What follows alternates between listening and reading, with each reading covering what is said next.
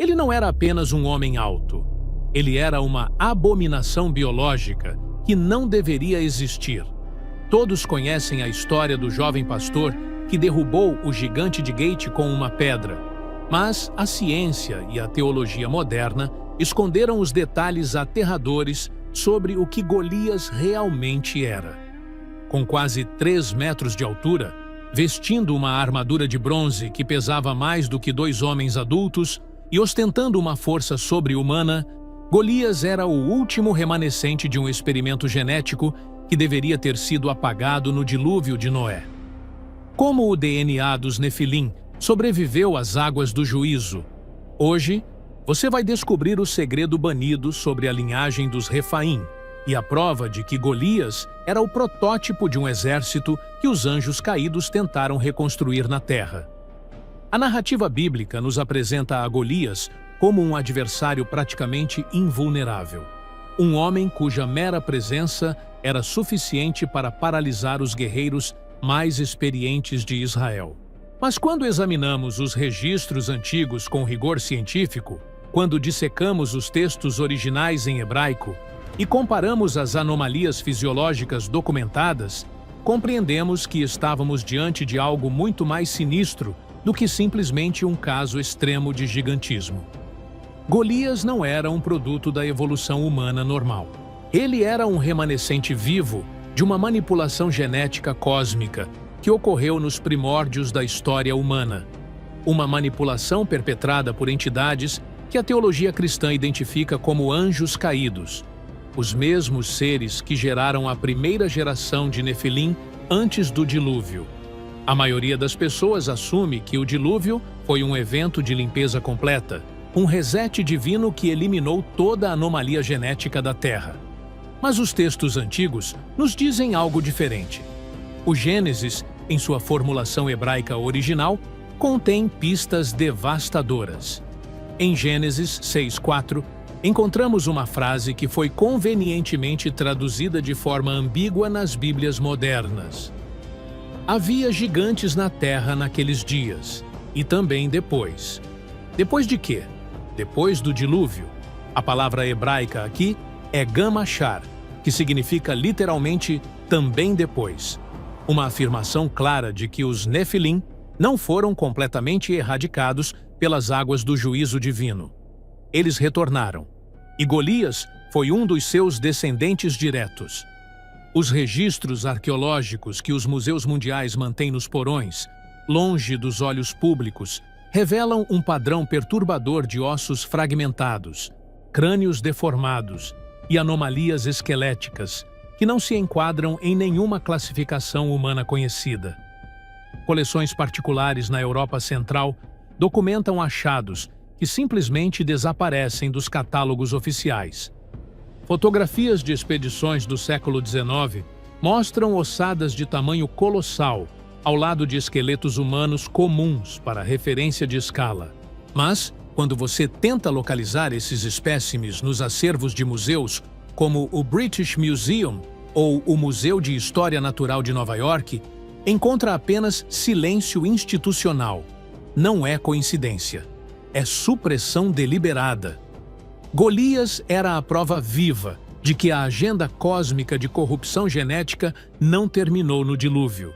Era a prova de que os anjos caídos, aqueles seres que a teologia chama de filhos de Deus, em Gênesis 6, nunca abandonaram seus planos de contaminar a linhagem humana. E quando David colocou uma pedra em sua funda e a arremessou com precisão mortal na testa daquele gigante, não estava simplesmente vencendo um campelão filisteu. Estava participando de uma guerra cósmica que continua até hoje, uma guerra entre as forças que buscam preservar a pureza da linhagem adâmica e aquelas que desejam sua corrupção irreversível. Voltemos ao relato de 1 Samuel 17, o único documento que preservou para nós os detalhes específicos sobre a constituição biológica de Golias. O texto hebraico original oferece informações que as traduções modernas suavizaram, removendo a linguagem mais perturbadora sobre as verdadeiras dimensões e capacidades daquele ser. Começamos com sua altura. O texto nos diz que Golias media 6 côvados e 1 palmo. Uma côvada era a distância do cotovelo até a ponta dos dedos, aproximadamente 45 centímetros. 1 palmo era a largura da mão aberta, cerca de 8 a 10 centímetros. Isso significa que Golias tinha, conservadoramente, entre 2,7 e 2,9 metros de altura. Alguns estudiosos hebraicos antigos, particularmente aqueles que consultaram manuscritos de Qumran, ainda não amplamente divulgados, sugerem que a altura real pode ter chegado a 2 metros. Essa não é simplesmente uma variação extrema do gigantismo humano típico. O gigantismo hipofisário em seres humanos normais raramente ultrapassa 2,4 metros, e quando o faz, o corpo se torna progressivamente mais frágil, não mais forte. Os órgãos internos começam a falhar. O coração não consegue bombear sangue para todo aquele comprimento vascular. Os ossos se tornam quebradiços apesar de sua maior densidade. Golias não apresentava nenhuma dessas características. Era um ser perfeitamente proporcional, impossível sob a fisiologia humana conhecida. Mas a altura era apenas o começo. O texto bíblico dedica atenção especial ao equipamento militar de Golias, e essa atenção não é casual. É evidência forense de anomalia. Sua couraça de bronze pesava 5.000 shequéis. Um shekel era uma unidade de peso equivalente a aproximadamente 11,5 gramas. Embora alguns estudiosos argumentem que no período de Golias era ligeiramente mais pesado, cerca de 12 gramas. Isso significa que sua armadura pesava entre 57,5 a 60 quilogramas. Para colocar isso em perspectiva, uma armadura completa de um cavaleiro medieval pesava, em média, entre 25 e 40 quilogramas. A couraça de Golias era um fardo que nenhum soldado humano poderia transportar e, ainda assim, manter mobilidade em combate. Sua lança é ainda mais reveladora. O texto nos diz que o ferro da lança pesava 600 shequéis, algo em torno de 6, 9 a 7, 2 quilogramas só para a ponta de ferro. A haste de madeira adicionaria peso significativo. Uma lança medieval típica pesava entre 1, 5 e 3 quilogramas. A lança de Golias era mais que o dobro disso. Mas aqui está o detalhe que os teólogos convencionais não conseguem explicar. A lança é descrita como tendo uma tecelã, em hebraico, arag. Essa palavra não significa simplesmente o material da haste. Significa um mecanismo de encaixe especial, uma engrenagem ou articulação que permitia ao portador mover o projétil com uma velocidade e precisão que transcendiam a força muscular humana normal. Alguns estudiosos antigos sugeriram que era uma arma de ação mecânica primitiva, um sistema de alavancagem que multiplicava a força aplicada. Não era apenas uma lança, era uma arma de engenharia avançada. Seu escudo pesava 300 shequéis, aproximadamente 4 a 3, 6 quilogramas. Um escudo romano típico pesava entre 7 e 8 quilogramas, mas era consideravelmente menor. O escudo de Golias era tanto mais pesado quanto muito maior em proporção ao corpo. Um guerreiro humano que carregasse um escudo desse tamanho e peso não poderia movê-lo com a agilidade que o texto descreve. O relato nos diz que Golias estava pronto para o combate, capaz de mover-se com velocidade e precisão. Isso requer uma proporção específica entre massa corporal, força muscular e distribuição de peso. Nenhum humano, por mais treinado que fosse, poderia executar tal façanha com o equipamento descrito. E então temos os detalhes sobre sua força bruta. O texto não quantifica especificamente, mas oferece pistas através de descrições comportamentais. Golias carregava esse equipamento não como fardo, mas como extensão de seu corpo. Ele se movia com confiança e velocidade. Ele foi capaz de desafiar simultaneamente todo o exército de Israel por 40 dias, sem fadiga perceptível. Um guerreiro humano, mesmo um dos mais fortes já documentados, experimentaria exaustão significativa. após dias de mobilização contínua nessas condições. Mas Golias aparece fresco, confiante, predador.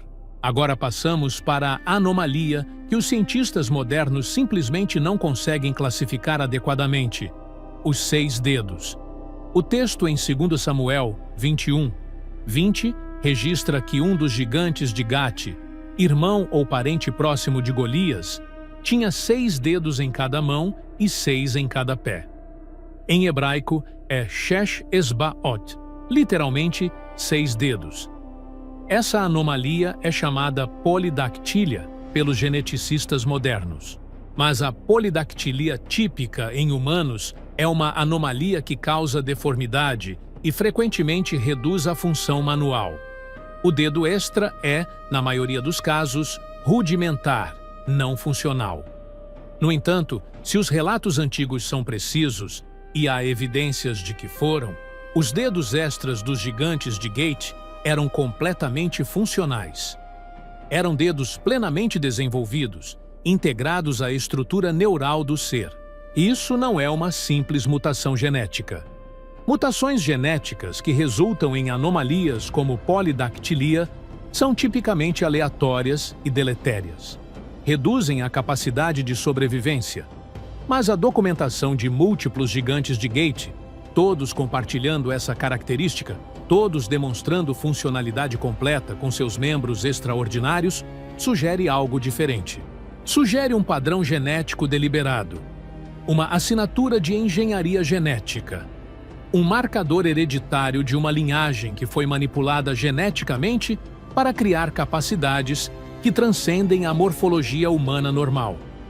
Os geneticistas modernos encontram uma anomalia chamada Síndrome de Polydactyly Syndactyly, uma condição extremamente rara, onde há dedos extras geralmente fusionados. Mas os casos documentados de polidactilia total funcional, onde os dedos são completamente separados e possuem funcionalidade motora plena, são tão raros que são praticamente inexistentes na população humana moderna. Sua presença consistente entre a linhagem dos gigantes de Gate indica algo que transita de anomalia genética para a assinatura biológica de uma população humana modificada. Uma população que não surgiu através da evolução natural, mas através de intervenção externa. A teologia antiga tinha um nome para isso: Nefilim. A palavra hebraica Nefilim provavelmente vem de Nafal, significando cair ou aqueles que caem. Não se referia a anjos caídos propriamente, mas aqueles que foram gerados pelos que caíram, ou seja, a prole de anjos caídos e mulheres humanas. Gênesis 6:4 nos diz que os Nefilim eram homens poderosos, que havia desde a antiguidade, homens de renome. Em hebraico, Anashim Giborim, literalmente homens gigantes, ou homens de grande poder. Mas o termo é revelador. Não eram simplesmente homens grandes, eram uma categoria diferente de ser. A polidactília que vemos documentada entre os gigantes de Gate é a assinatura hereditária dessa manipulação. É como um marcador genético que diz: isso veio de lá, isso é da linhagem dos que caíram. E Golias possuía essa marca, ou pelo menos seus parentes diretos a possuíam. Isso nos coloca diante de uma conclusão perturbadora. Não estávamos apenas diante de um homem muito grande. Estávamos diante de um ser que havia sido biologicamente engineered para transcender as limitações humanas normais.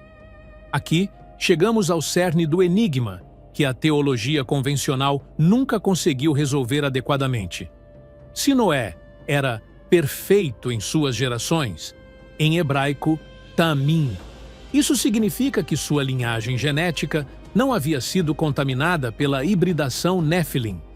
Se o dilúvio foi um evento de limpeza genética, um reset divine que erradicou completamente a linhagem dos Nefilim da Terra, como é possível que Golias e seus 4 irmãos conhecidos existissem aproximadamente 1000 anos depois? O texto bíblico registra que havia, de fato, gigantes em Canaã quando os hebreus chegaram. Não apenas Golias e seus irmãos. havia todo um povo de gigantes documentado. O livro de Números 13:33 menciona que os espiadotes que Moisés enviou para reconhecer a terra prometida viram Nefilim, descendentes de Anak, elefantes. Isso é crucial. Não eram apenas gigantes ocasionais, eram uma população, uma linhagem coesa, uma civilização. Como uma população humana modificada, poderia não apenas sobreviver ao dilúvio, mas prosperar em número o suficiente para estar completamente estabelecida em Canaã pelo tempo da conquista hebraica? A resposta que a teologia ortodoxa oferece é inadequada. Sugere que talvez alguns gigantes tenham escapado do dilúvio. Talvez Cam tivesse relações com uma mulher contaminada, ou algo similar. Mas isso não explica a prevalência da polidactilia documentada, a consistência morfológica, a distribuição geográfica concentrada em cidades específicas, como Gat. Consideremos a possibilidade que os estudiosos antigos, aqueles que trabalhavam com textos hebraicos mais antigos, com tradições orais que predatavam até mesmo a compilação do Tanakh, compreendiam a segunda incursão. Essa é a tese que mudará sua compreensão do conflito entre Israel e Canaã. Os anjos caídos observavam. Eles observaram o dilúvio. Viram sua execução genética ser apagada das águas. Mas não abandonaram seu objetivo. Seu objetivo era corromper a raça humana, particularmente a raça humana que estava destinada a produzir o Messias. Abraão havia sido escolhido. Sua linhagem seria especial, seria preservada. Seria a linhagem através da qual Deus se encarnaria na história humana. Os anjos caídos sabiam disso. Existem textos antigos, alguns encontrados em Qumran, outros preservados em tradições gnósticas e apócrifas, que sugerem que os anjos caídos receberam inteligência sobre o plano messiânico. Compreenderam que Abraão seria o pai de uma nação, que essa nação ocuparia a terra prometida, que dessa nação sairia o Redentor. E decidiram. Eles contaminariam a terra prometida com seus híbridos antes que os hebreus chegassem. Eles criariam uma barreira biológica, uma fortaleza genética. Isso é a segunda incursão. Não foi um evento isolado. Foi uma campanha sistemática. Após o dilúvio, quando as águas recuaram e a vida começou a se restaurar, os anjos caídos que ainda permaneciam na terra, aqueles que a teologia identifica como espíritos imundos ou demônios, iniciaram um novo programa de hibridação. Não com a agressividade da primeira incursão, não com a mesma escala, mas com precisão cirúrgica, estratégica. E então apareceram os gigantes de Gate, não como acidente genético, como experimento deliberado, como soldados em uma guerra cósmica que se desenrola através das gerações humanas. Golias era um protótipo. A documentação de sua força, sua resistência, sua capacidade de portar armas que nenhum humano normal poderia manejar, sua polidactilia herdada, tudo aponta para o mesmo resultado: engenharia biológica deliberada. A linhagem dos Refaim, que é como os textos hebraicos identificam os gigantes de Gat, representava a vanguarda dessa segunda incursão. O nome Refaim é derivado de Rafa ou Repa, que significa fraco ou insubstancial. É um nome irônico atribuído a eles após sua derrota. Mas em seu tempo, durante a época de Golias, eram tudo menos fracos. Eram aterradores. Eram a manifestação física da rebelião cósmica contra o plano divino. Golias era o maior deles, o mais perfeitamente construído, o que melhor encarnava o objetivo dos anjos caídos: criar um ser que fosse superior em todos os aspectos ao homem comum, que não pudesse ser derrotado por meios convencionais, que servisse como símbolo vivo de que o povo de Deus, Israel, era inadequado para a terra prometida. Se Golias não poderia ser derrotado, então, como Israel jamais conquistaria Canaã? Como a linhagem messiânica prosperaria? Como a encarnação divina poderia ocorrer através de um povo que era incapaz de vencer seus próprios gigantes? Mas havia um fator que os anjos caídos não calcularam corretamente. Havia um elemento da providência divina que transcendia toda a estratégia genética, toda a engenharia biológica, toda a manipulação materialista. Um jovem pastor, apenas, sem armadura profissional, sem experiência militar, com nada a não ser uma funda e uma pedra, e uma fé que era absolutamente irracional do ponto de vista da razão militar. Quando David colocou essa pedra em sua funda, quando a girou acima de sua cabeça e a arremessou com uma força que apenas uma fé desinibida pode gerar, aquela pedra não viajava apenas através do ar. Ela viajava através de uma dimensão que transcende a física comum. Ela viajava através da história.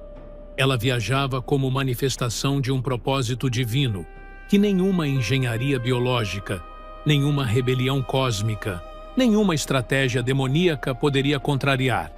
E quando aquela pedra atingiu a testa de Golias, o qual era o último remanescente vivo de uma geração de híbridos Nephilim, projetada especificamente para bloquear o caminho messiânico, algo além da morte física ocorreu. Ocorreu a confirmação de que nenhuma conspiração cósmica, nenhuma contaminação genética, nenhuma abominação biológica poderia impedir o cumprimento das promessas divinas. Golias caiu. O experimento do último anjo caído em Canaã terminou, e a linhagem messiânica prosseguiu. Abraão teve Isaque, Isaque teve Jacó, Jacó gerou Judá, Judá gerou a linha de Davi. E séculos depois, daquela linhagem que havia derrotado Golias, nasceria o Messias, o Redentor. Aquele que viria não com uma funda, mas com autoridade divina absoluta, para erradicar permanentemente toda rebelião cósmica, toda contaminação genética, toda anomalia biológica que buscava corromper a criação divina. Golias não era uma anomalia isolada. Esse é o erro fundamental que a narrativa popular comete. Quando visualizamos a história de David e o gigante, tendemos a imaginá-la como um confronto entre dois indivíduos, o jovem pastor versus o campeão filisteu. Mas o registro histórico bíblico revela algo muito mais sinistro. Golias era apenas o mais famoso de uma linhagem inteira de seres híbridos que infestavam a terra de Canaã. Ele era a ponta visível de um iceberg genético cuja profundidade a maioria das pessoas nunca se permitiu compreender. O texto em 2 Samuel 21 nos oferece um relato que é frequentemente negligenciado pelos comentadores convencionais. Após a morte de Golias, um período se passou. David tornou-se rei. E então, durante seu reinado, a Bíblia registra que houve guerra entre Israel e os filisteus. E nessa guerra, outros gigantes emergiram. O texto específico diz: havia ainda guerra entre Israel e os filisteus. E Davi desceu, e seus servos com ele, e pelejavam contra os filisteus. E Davi se cansou. Então Isbi-Benob, um dos filhos de Rafa, cujo peso de lança era 300 shequéis de bronze, e que se tinha cingido de uma espada nova, pensou matar Davi. Isbi-Benob, aquele cujo nome significa algo como habitante de Benob, possivelmente uma cidade ou região. Ele era um dos filhos de Rafa. Rafa era o epônimo ancestral de toda a linhagem dos Refaim. Isso significa que Golias não era simplesmente um gigante casualmente grande.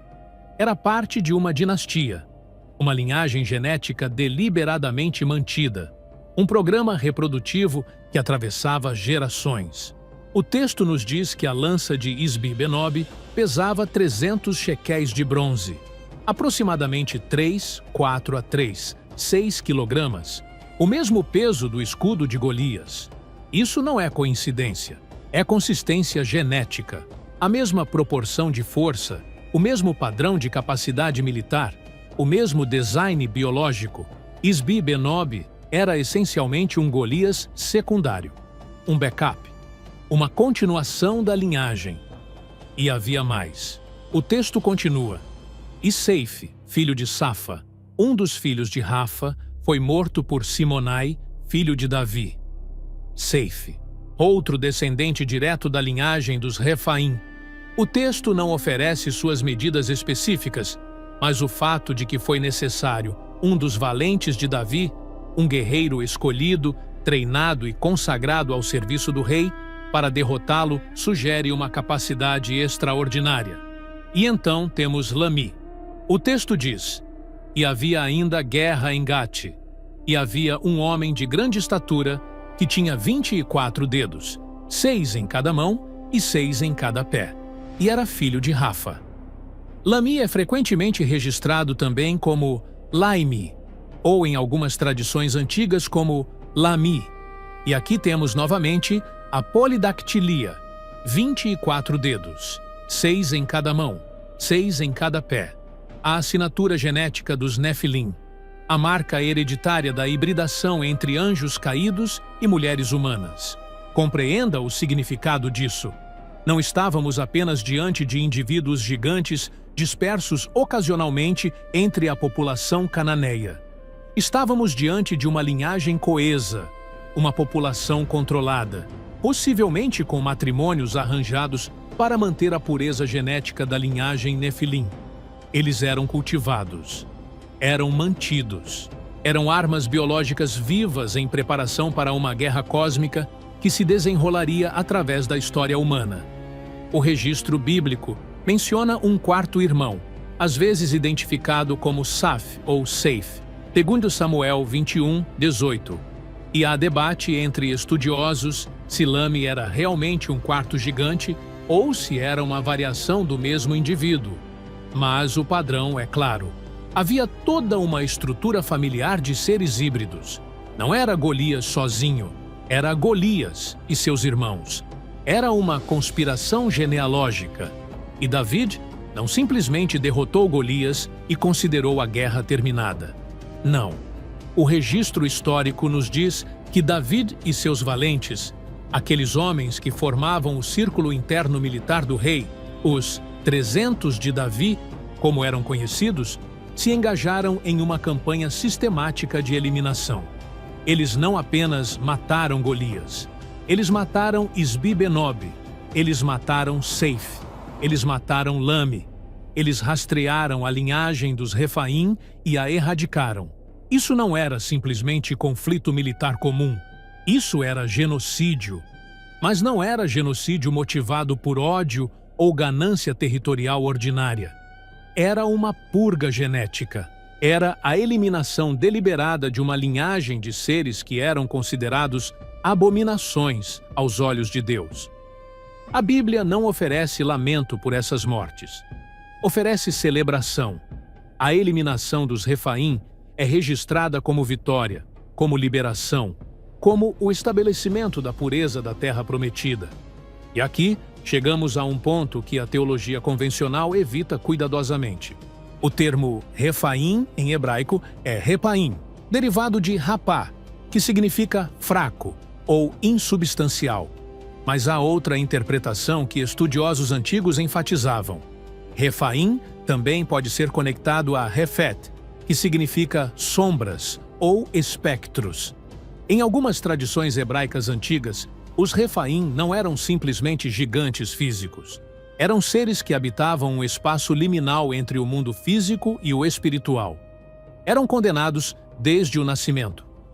Suas almas, se podemos chamá-las assim, eram híbridas. Não eram totalmente humanas. Não eram totalmente angélicas. Eram uma abominação genética que criava uma abominação espiritual. A teologia antiga sugeria que os Refaim não tinham parte na ressurreição. Sua natureza híbrida significava que não podiam retornar nem à forma espiritual pura, nem à forma humana redimida. Estavam condenados a um tipo de não existência eterna. Eram os mortos que nunca ressuscitariam. Eram os fantasmas que nunca encontrariam repouso. Essa era a verdadeira maldição da hibridação Nefilim. Não apenas deformidade física, não apenas força sobre-humana, mas condenação espiritual completa. uma separação permanente da possibilidade de redenção. É por isso que David foi absolutamente implacável em sua eliminação.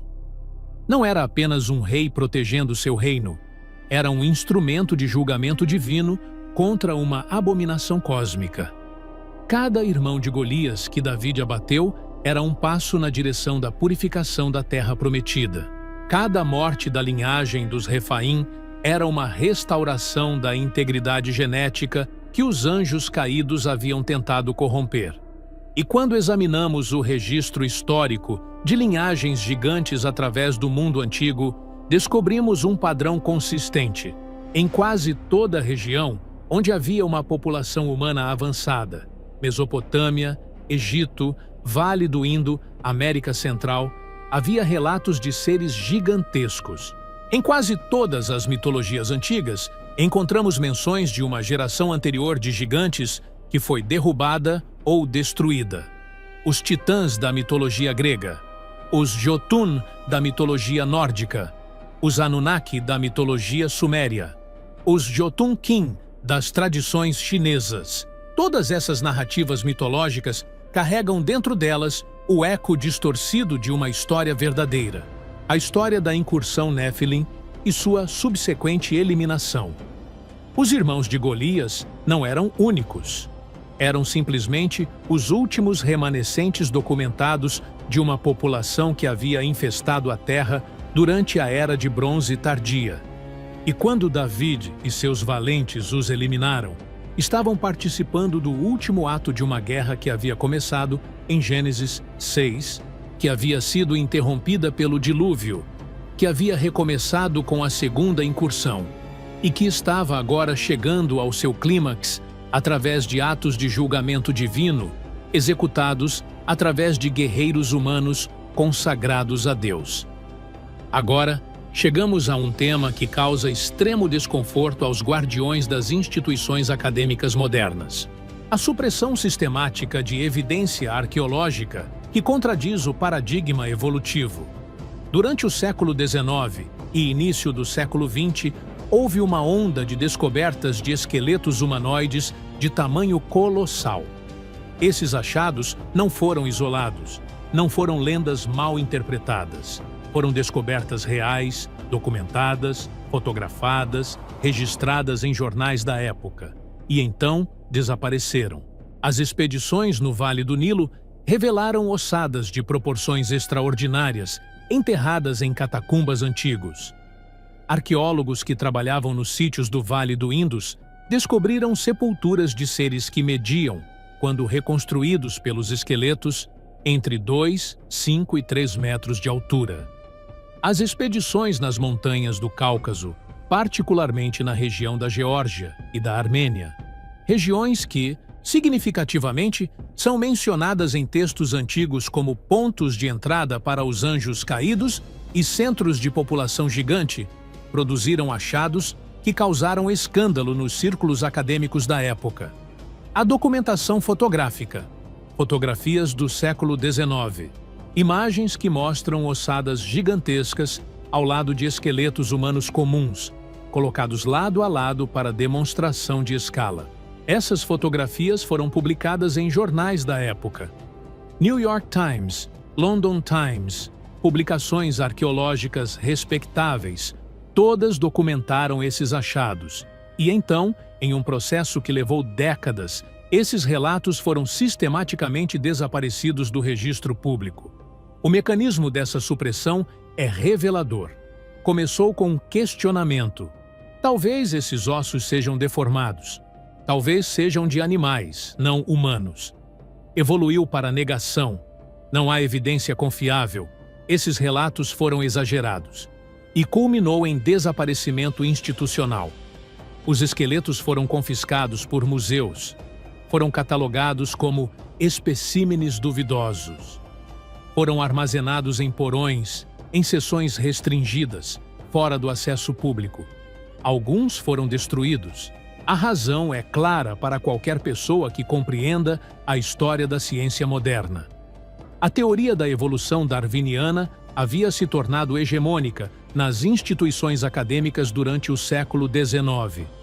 A noção de que a vida humana havia evoluído através de processos naturais gradualistas, sem intervenção divina ou externa, havia se tornado o fundamento sobre o qual toda a cosmologia científica moderna era construída. Qualquer evidência que sugerisse a existência de uma população humana significativamente diferente, modificada, engineered, talvez até extraterrestre em origem, ameaçava esse paradigma. E então surgiu a Bíblia. Aquele texto antigo, rejeitado pela academia como mitologia pré-científica, oferecia uma explicação completamente diferente para esses seres gigantescos. Oferecia uma narrativa de intervenção cósmica, de anjos caídos, de hibridação deliberada, de julgamento divino. Aqueles que haviam construído suas carreiras no materialismo científico, que haviam feito fortuna em editoras acadêmicas, publicando teorias que excluíam completamente qualquer possibilidade de atividade sobrenatural, não poderiam permitir que essa evidência visse a luz do dia. Então, houve supressão, não através de conspiração aberta, embora haja evidência de coordenação entre museus principais, mas através de mecanismos mais sutis. Questionamento da autenticidade dos achados, reinterpretação das medidas, sugestão de que talvez fossem ossos de animais gigantes extintos, não seres humanos. Reclassificação nos registros de museus para categorias tão obscuras que praticamente ninguém poderia encontrá-los. Há relatos documentados de arqueólogos que trabalhavam em sítios escavando esqueletos gigantes e tendo seus achados literalmente removidos do sítio por representantes de museus principais ou agências governamentais. Há fotografias de ossos gigantescos em coleções privadas que, quando os pesquisadores tentam rastreá-los anos depois, foram supostamente destruídos ou perdidos. Há relatos de expedições financiadas por instituições acadêmicas que tiveram seus resultados nunca publicados, seus achados nunca fotografados, seus membros sob ordem de sigilo não documentado. A coleção Smithsoniana, talvez a instituição arqueológica mais poderosa dos Estados Unidos, tem sido tema de uma petição de liberdade de informação que foi apresentada múltiplas vezes durante décadas, solicitando a liberação de informações sobre esqueletos gigantescos em sua posse.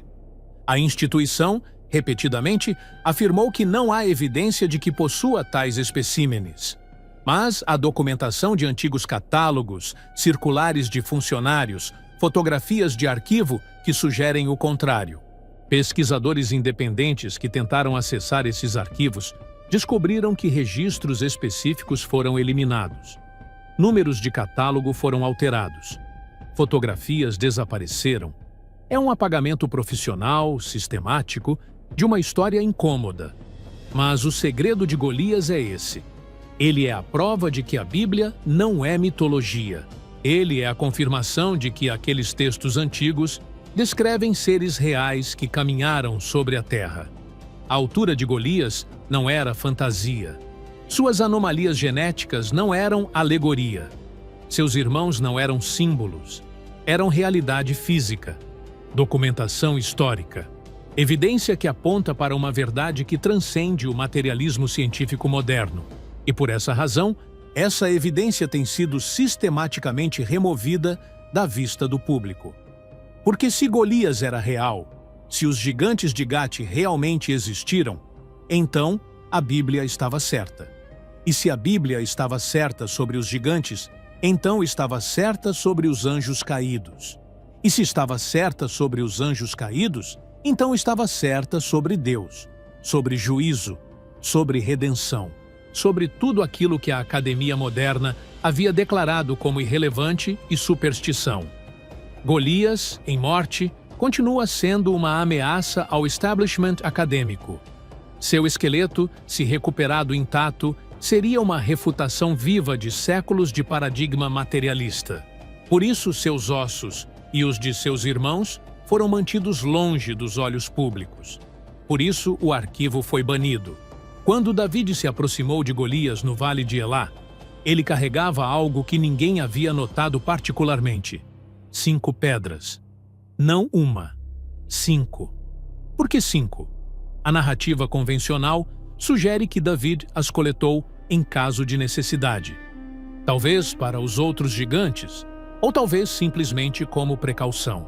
Mas essa interpretação superficial ignora completamente o significado espiritual que a narrativa bíblica intenciona comunicar.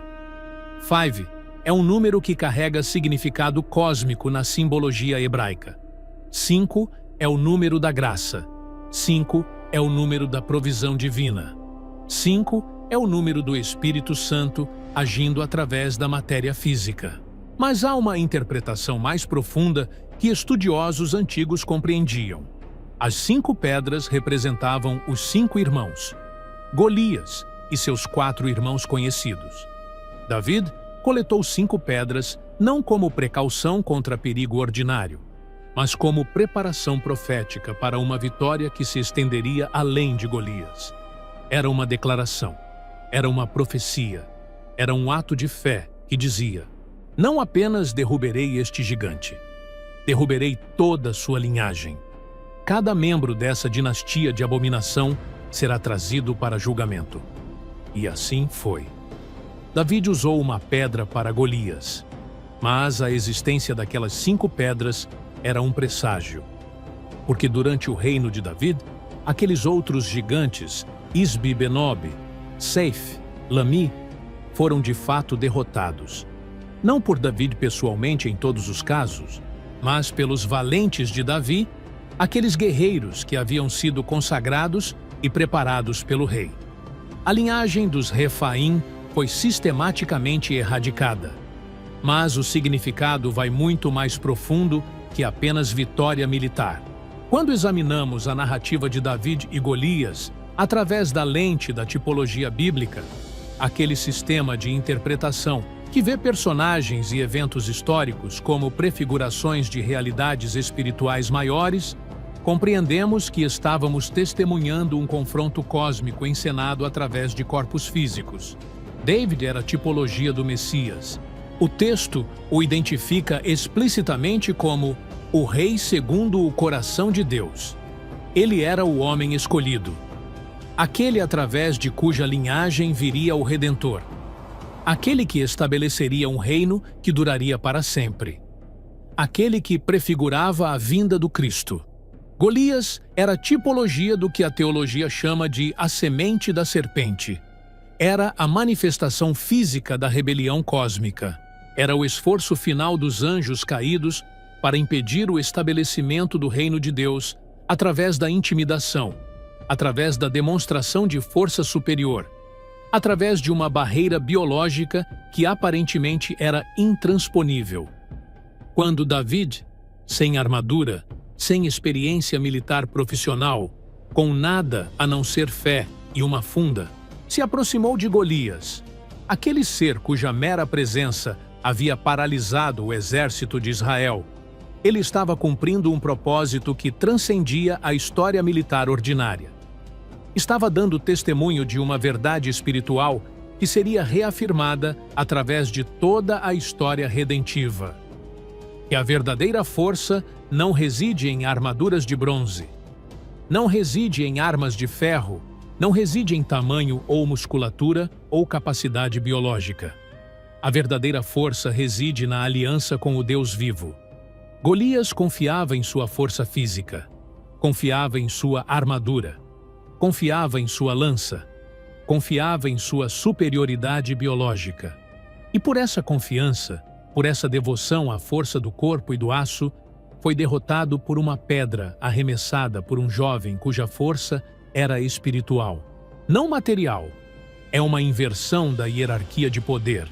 É uma revolução na compreensão de força e fraqueza. É exatamente o oposto do que a rebelião cósmica havia planejado.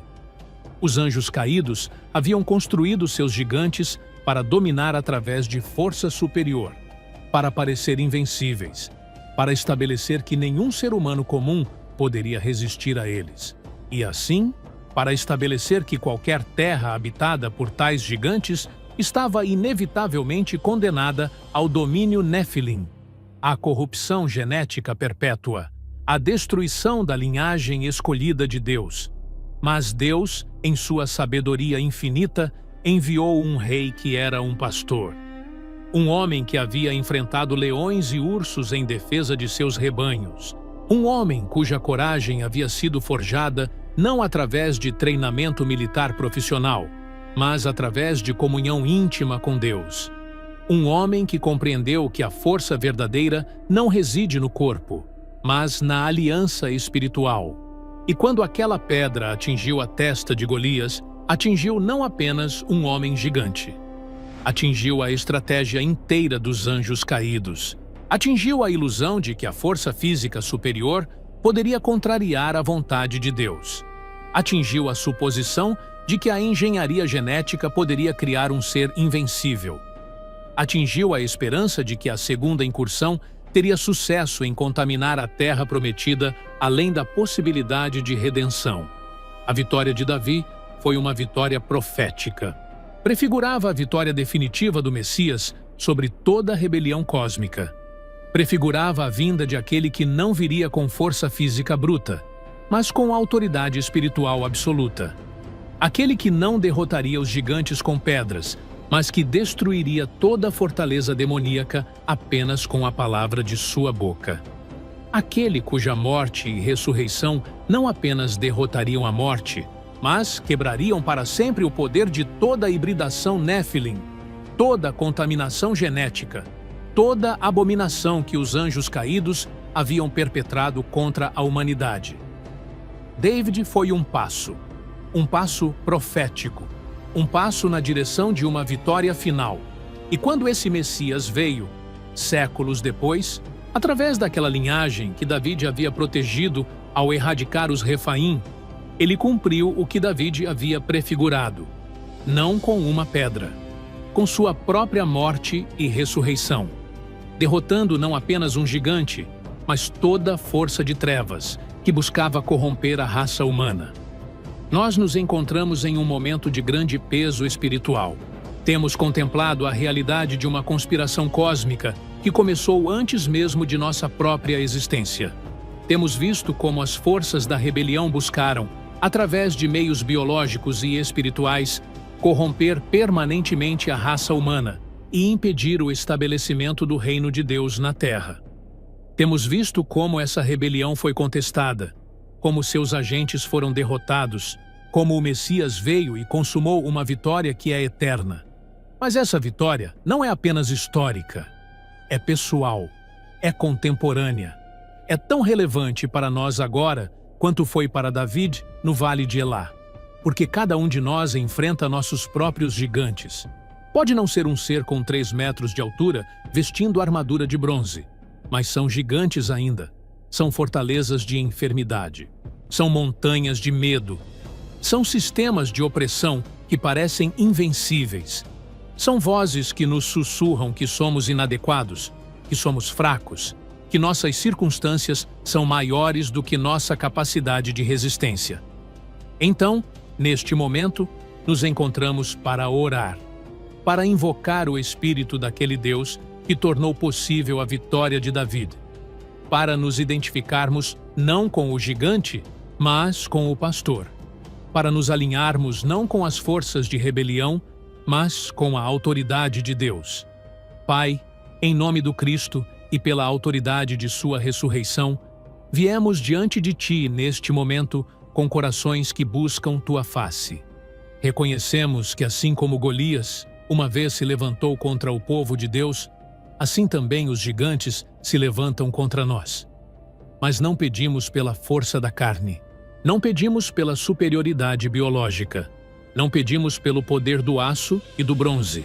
Pedimos, Senhor, pela visão de Davi, pela clareza de compreensão que vê através das ilusões do inimigo, pela capacidade de perceber que aquilo que parece invencível é, de fato, apenas uma sombra diante de Tua glória infinita. Pedimos pela coragem que não reside em músculos, mas em espírito. A coragem que nos capacita a enfrentar nossas próprias torres filisteus, com nada a não ser fé e a palavra de Deus. Revestimo-nos, Senhor, com a armadura que não é de bronze, mas de justiça. Nossas couraças não pesam de ferro, mas de retidão. Nossas lanças não são de ferro, mas da palavra que procede da tua boca. E quando enfrentarmos os gigantes que se levantam contra a nossa fé, quando enfrentarmos a doença que nos diz que somos condenados, quando enfrentarmos os sistemas de opressão que nos dizem que somos destituídos de direitos, quando enfrentarmos o medo que nos sussurra que estamos sozinhos, declaramos que maior é o que está em nós do que aquele que está no mundo. Que o Espírito Santo nos revista agora com poder que transcende a física ordinária. Que nos dê a capacidade de ouvir tua voz em meio ao caos. Que nos dê a força para levantar nossas fundas, não literalmente, mas espiritualmente, e para arremessar nossas pedras da fé contra toda fortaleza que se levanta contra o conhecimento de Cristo. Derribemos, Senhor, toda fortaleza que se exalta contra ti. Quebremos todo o jogo de escravidão. Libertemos os cativos. Restauremos os oprimidos. Proclamemos o Evangelho aos pobres. E façamos tudo isto não pela força de nossas próprias mãos, mas pela autoridade que nos é delegada através do seu nome infinito. Em nome de Jesus, aquele que é a consumação de toda vitória, aquele que ressuscitou dentre os mortos, aquele que está assentado à direita do Pai, declaramos: os gigantes caem. A rebelião cósmica está condenada. E nós somos mais do que vencedores através daquele que nos amou. Amém. Golias foi o último esforço dos anjos caídos para parar o reino de Deus através da força física. Mas muito antes dele, a humanidade tentou alcançar o céu através da tecnologia e da união rebelde. No momento em que a Torre de Babel caiu sob o juízo de Deus, algo aterrorizante aconteceu. 3 entidades poderosas que estavam presas foram libertadas instantaneamente para espalhar o caos pelas nações. Você quer saber quem são os seres libertados em Babel? Clique no vídeo que está na sua tela agora. No momento em que a Torre de Babel caiu, 3 seres foram libertados instantaneamente. Compartilhe essa revelação de Golias com seus amigos. Compartilhe o arquivo que os museus baniram. Compartilhe a verdade que a academia tentou suprimir. E inscreva-se no canal agora para receber as próximas revelações sobre os mistérios que conectam a história bíblica, a genética humana e a guerra cósmica que continua até hoje. A verdade está sendo revelada, e você tem o poder de espalhá-la.